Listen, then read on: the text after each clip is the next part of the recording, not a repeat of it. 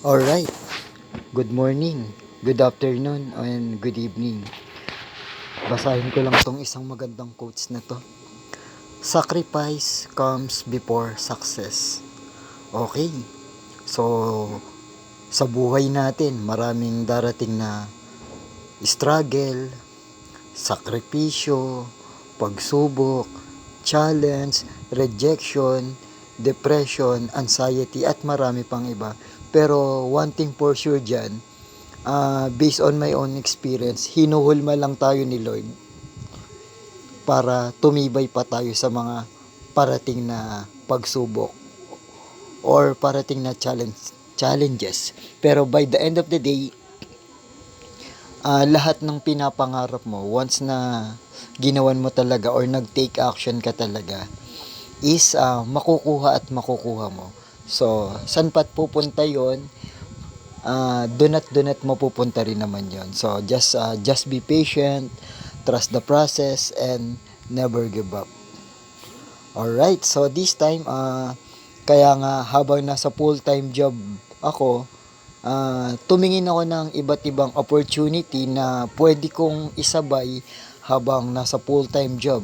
So, isa to sa nakita kong magandang opportunity na pwede nating isabay or pwede mong isabay, pwede nating isabay lahat habang tayo ay nasa full-time job. So, introduce ko lang dahil naniniwala ako sa kasabihang, sharing is caring. Okay? Eto, si Live Good. So, why we need Live Good? So, ayan, napatanong din ako sa sarili ko nito, bakit kailangan ko si Live Good? Although, hindi talaga sapat yung kinikita ng isang employment or isang trabahador, kaya naman napaisip talaga ako, bakit nga ba kailangan ko si Live Good? Doon nagsimula na ma-curious yung isipan ko at doon nag-start na sinimulan ko talagang pag-aralan itong si Live Good, pag-aralan, i-analyze at obserbahan kung paano ba talaga siya tinatrabaho at paano ba siya nagwo-work, no? So ayan, why we need Live Good? Siyempre, ang Live Good, isa siyang club membership that pays. Isa siyang membership club and subscription business na kung saan nagbibigay ng profit or nagbibigay ng dividend sa lahat ng subscriber niya or sa lahat ng member or sa lahat ng affiliate. Tapos, bigla na lang din akong napatanong habang pinapag-aralan ko si Live Good. Ano ba ang purpose mo sa buhay? Or ano ba ang purpose ko sa buhay? Ano ang dahilan kung bakit ako gumigising sa umaga? Parang Nescafe, no? Para kanino ka bumabamon. Ayan. Ang purpose, ito yung sigurong maaaring gumabay sa decision sa buhay, magkaroon ng sense of direction, at lumikha ng kahulugan. For some people, purpose is connected to vacation, meaningful and satisfying work. Tanungin natin sarili natin, pag tanda ko, ano ang purpose ko sa buhay? Ano ang gusto kong mangyari? Ayan, so 'di ba?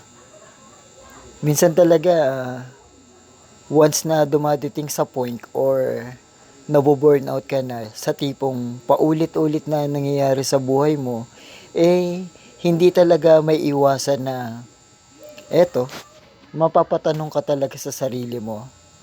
Pagtanda ko, ano ba talaga yung purpose ko sa buhay?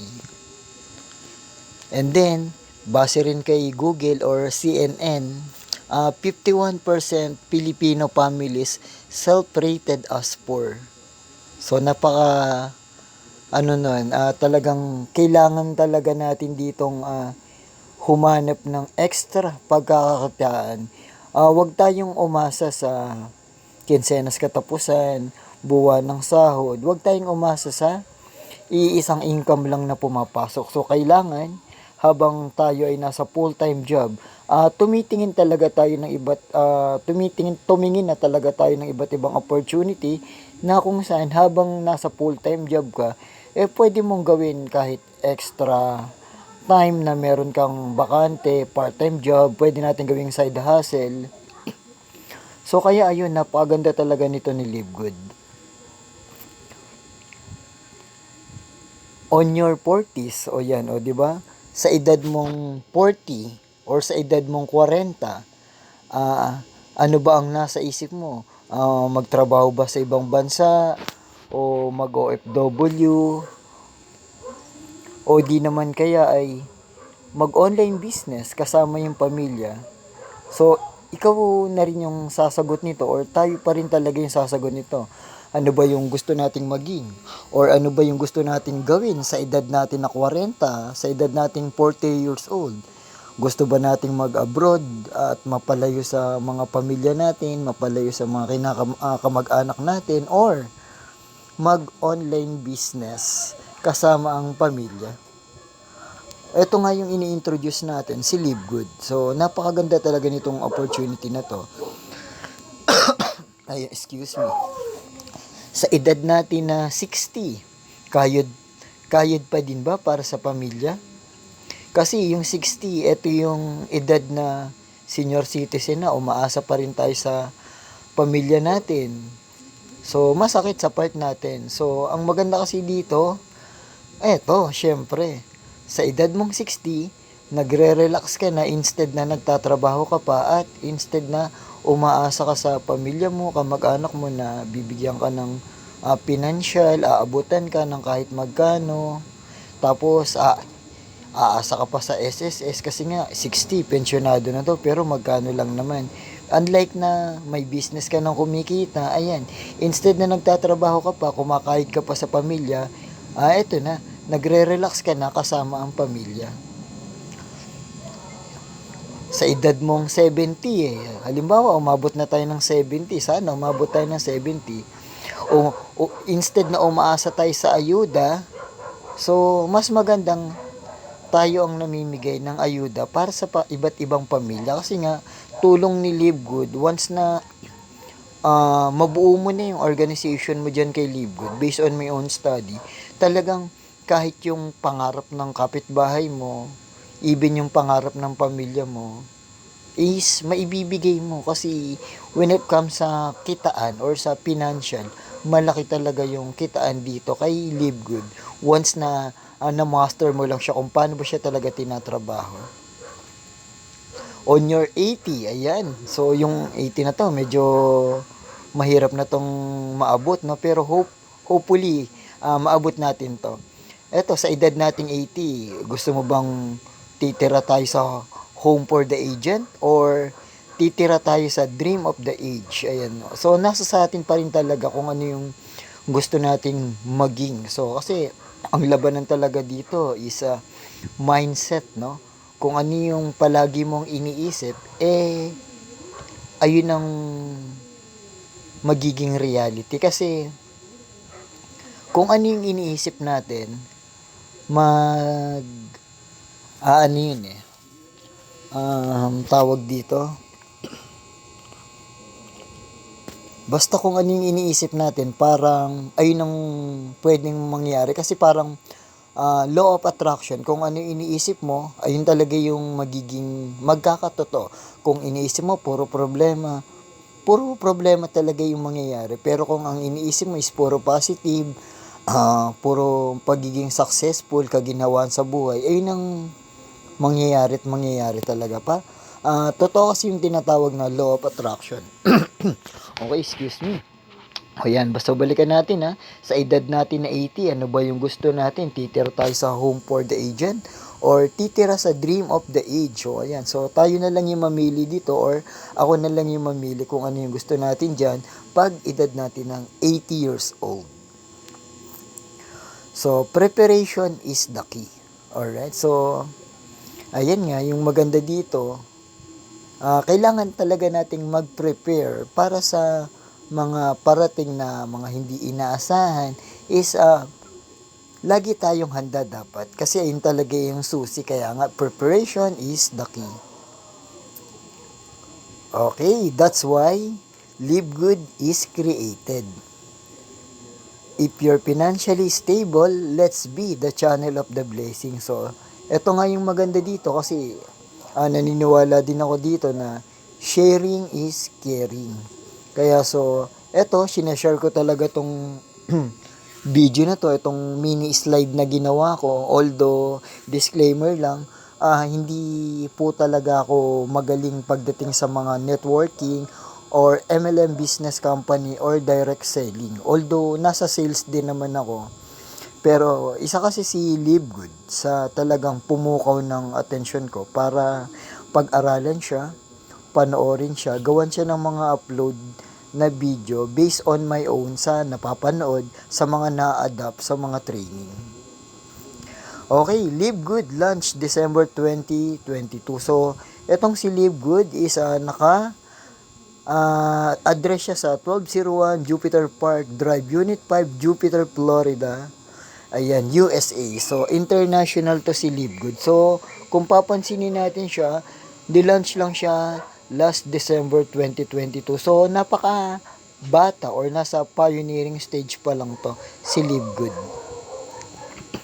Ito, pakita ko lang dito ng isang mabilis, yung difference ng traditional MLM versus kay Livegood.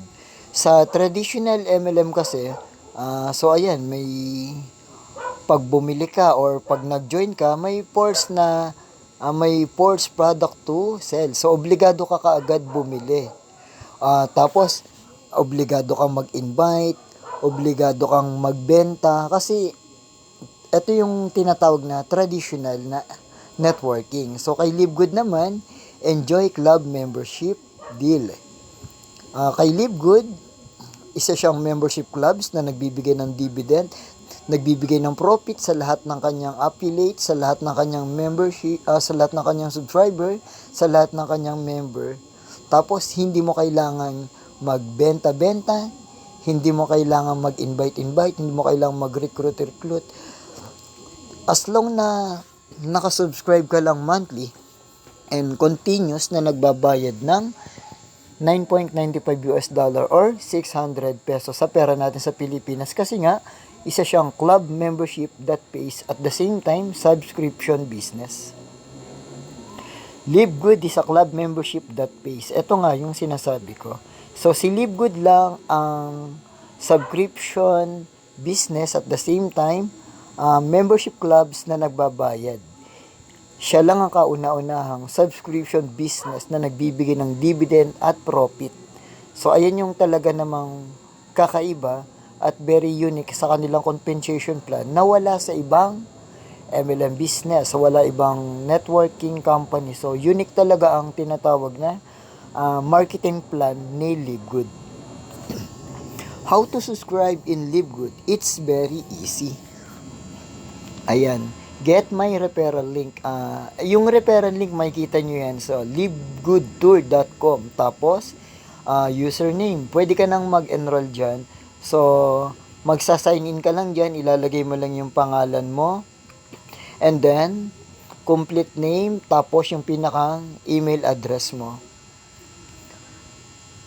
Tapos, magbabayad ka lang dyan ng $49.95. Sa pera natin sa Pilipinas is 3,000. And pwede kang mamili sa dalawa dyan. You can be an affiliate or subscriber. Pero, ako sa'yo, pagsabayin mo na. Kasi same lang din naman ang pupuntahan yan. Yayaman at kikita ka kung talagang tatrabahuhin natin to. Affiliate or subscriber. Alright. Subscribe for only 9.95. Ayan nga yung 600 pesos pera natin sa Pilipinas. So once na member ka na dyan, meron ka ng tinatawag na online business, international market. Just simply subscribe. Earn dollar anytime, anywhere. Okay, once na isa ka ng ganap na affiliate or isa ka ng subscriber ni Livegood, so ito yung makukuha mo or benefits mo once na ikaw ay member na. The most effective marketing tools. So yung una dyan, ito, once na member ka na, up to 70% discount in wellness product ordered via drop shipping with 90-day money back. So, ayun pa lang ha. Kung hindi ka satisfied, pwede mong ibalik yung empty bottle, no? Ano yun? Ire-refund ng company yon. Tapos, dito, sa kabilang side naman, magkakaroon ka ng digital product for e-commerce. So, once na affiliate ka na, once na nakapag-join ka na, or once na member ka na, bibigyan ka ni Livegood automatic ng tatlong tinatawag na replicated site. Yung isang site dyan, ayun yung una, yung corporate site. Yung corporate site, ayun yung pwede mong isend sa mga client mo, sa mga kaibigan mo, katrabaho mo, or mga nagtatanong kung ano ba yung ino-offer mo or ano ba si Livegood. Pwede mong isend dyan corporate site na yan. And then yung pangalawa, yung retail site. Yung retail site, baka marami kang kakilala, kamag-anak, kaibigan, katrabaho na mahilig bumili through online. Ayan, pwede mong isend yung retail site na yan. And then yung pangatlo, yung power landing page na kung saan ito yung pinaka talagang malaking nakakatulong pagdating sa prospecting or pag-i-invite, no?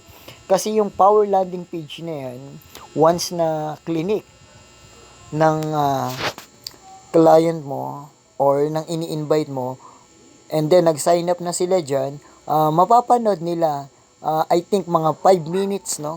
5 minutes yung CEO ng Livegood na si Ben Glinsky na siya na mismo yung nag-explain about kay Livegood. So, dyan pa lang sa tatlong replicated website na yan, panalong-panalo na tayo dyan.